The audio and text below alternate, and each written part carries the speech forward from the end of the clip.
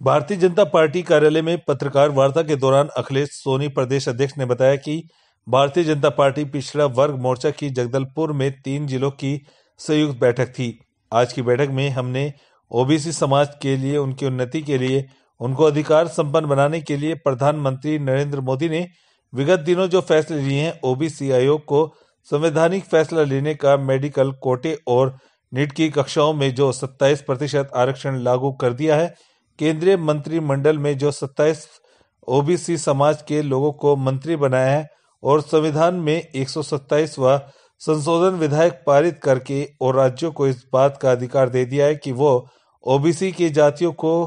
केंद्र सूची में जोड़ सकते हैं और आरक्षण दे सकते हैं। इस सब बातों के प्रति हम प्रधानमंत्री का आभार प्रकट करते हैं।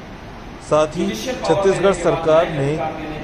ओबीसी मोर्चा यह मांग करता है कि जब केंद्र सरकार 27% आरक्षण देने का फैसला लिया है तो राज्य सरकार की ओबीसी को 27% आरक्षण देने की मांग करता है।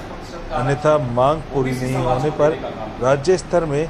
भारतीय जनता पार्टी पिछड़ा वर्ग मोर्चा खोलेगी। जगदलपुर से बास्की ठाकुर की रिपोर्ट, प्राइम 80 न्यूज।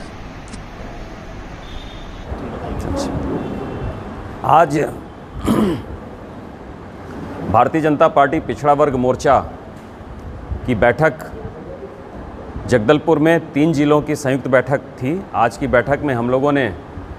ओबीसी समाज के उन्नति के लिए, उनको अधिकार संपन्न बनाने के लिए प्रधानमंत्री जी ने विगत दिनों जो फैसले लिए हैं, उदाहरण के लिए ओबीसी आयोग को संवैधानिक दर्जा देने का जो फैसला लिया है, मेडिकल, डेंटल और नीट की कक्षाओं में केंद्रीय कोटे की सीटों पर जो 27% आरक्षण लागू कर दिया है, केंद्रीय मंत्रिमंडल में जो बड़ी भागीदारी के रूप में 27 ओबीसी समाज के लोगों को मंत्री बनाया है और